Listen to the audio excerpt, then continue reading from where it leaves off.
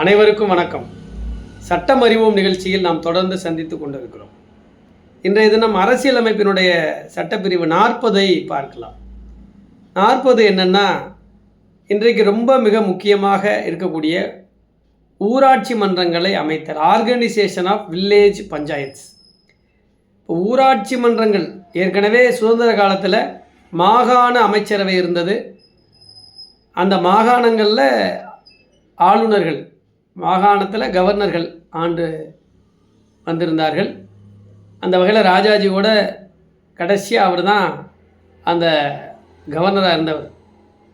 அந்த சூழ்நிலையில் மாகாணங்கள், நாடாளுமன்ற, சட்டமன்றங்கள் என்ற வகையில் இருந்த அந்த ஆட்சி முறை பின்பு முதல்ல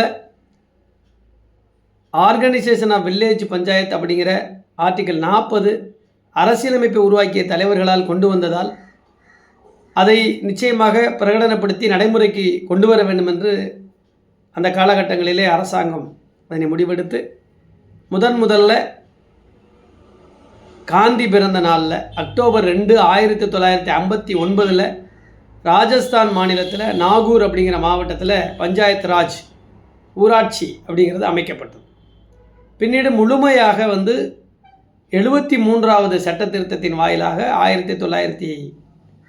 1973வது சட்ட திருத்தத்தில் நம்ம நாடு முழுவதும் பஞ்சாயத்து ராஜை கொண்டு வர்றதுக்கு முயற்சி பண்ணோம்.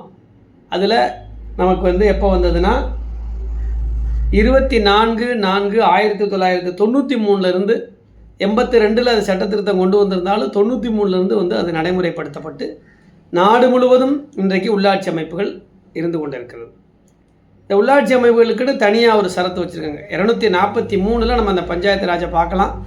243 ஆரம்பித்து 243 கேபிட்டல் O அது வரையில் அந்த பிரிவுகள் இருக்குது. அதில் பிரதானமாக ஒரு சில பிரிவுகளை நம்ம பார்ப்போம். அதில் 243A தான் கிராம சபை கூட்டம் நடக்குது பார்த்தீங்களா. ஒரு கிராம சபை கூட்டத்தில் ஒரு தீர்மானம் போட்டால் அதை நிறைவேற்றலாம். ஒரு நீதிமன்றத்திற்கு சமமான ஒரு அந்தஸ்து பெற்ற கிராம சபை. அந்த கிராம சபை கூட்டத்தில் நம்ம போய் கலந்துக்கணும் அப்படிங்கிற விதத்தில் 243 கேபிட்டல் A. 243 கேபிட்டல் B ஊராட்சி மன்றங்களை அமைக்க வேண்டும் அப்படின்னு சொல்லுது. 243C என்ன சொல்லுதுன்னா, என்ன மாதிரியான அமைப்பு முறை, மாவட்ட பஞ்சாயத்து, ஒன்றிய பஞ்சாயத்து, ஊராட்சி அளவில், நகராட்சி, மாநகராட்சி அது ஒரு செக்டார்.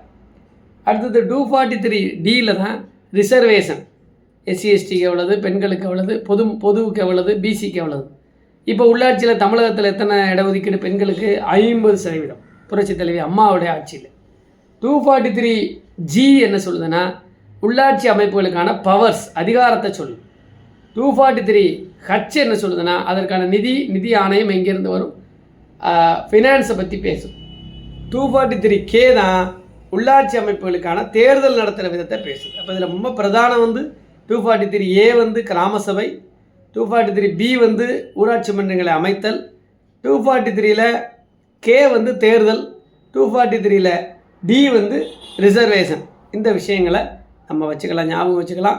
இது ராஜீவ்காந்தி காலத்தில், அதாவது முன்னாள் பிரதமர் மாண்புமிகு ராஜீவ்காந்தி அவர்கள் காலத்தில் நமக்கு இந்த பஞ்சாயத்து ராஜ் அமல்படுத்தப்பட்டது. இந்த பஞ்சாயத்து ராஜ் ஆக்டின் படி தான் நம்ம பிரதானமாக தேர்தல் நடத்துகிறோம், நிதிகளை உண்டு பண்ணுறோம், வருவாயை பெருக்கிறோம், கிராம சபை நடத்துகிறோம். ஒரு பவர்ஃபுல் அத்தாரிட்டியாக லோக்கல் பாடிஸ் இருக்கிறதுக்கு காரணமே இந்த 73 அமெண்ட்மெண்ட், 73வது அரசியலமைப்பு சட்ட திருத்தம் 1982 இதை இன்சர்ட் பண்ணி கொண்டு வந்ததுனால தான் இன்றைக்கு உள்ளாட்சிக்கு இவ்வளவு அதிகாரம். அதனால தான் டெல்லியிலிருந்து நேரடியாக மத்திய அரசோட பணம் நேர வட்டார வளர்ச்சி அலுவலர் BDO ஆஃபீஸுக்கு அங்கிருந்து ஊராட்சிக்கு செலவழிக்க முடியுது. இன்றைக்கு இந்த அளவிற்கு தமிழகம், இந்தியா கிராம அளவில் வளர்ந்துருக்கிறது என்று காரணமாக அதுக்கு உள்ளாட்சி அமைப்புகளும் காரணம், பஞ்சாயத்து ராஜ் சட்டம் காரணம். அதற்கு அரசியலமைப்பினுடைய முன்னணி தலைவர்கள், கற்றறிந்தவர்கள் ஆர்டிக்கல் 40ங்கிறத அரசியலமைப்பு எழுதினப்பவே வச்சதுனால தான் இந்த பஞ்சாயத்து ராஜ் வந்திருக்குங்கிறத இன்றைக்கி தெரிஞ்சுக்குவோம். இன்னொரு சட்டப்பிரிவை இன்னொரு நாள் சந்திக்கலாம். நன்றி, வணக்கம்.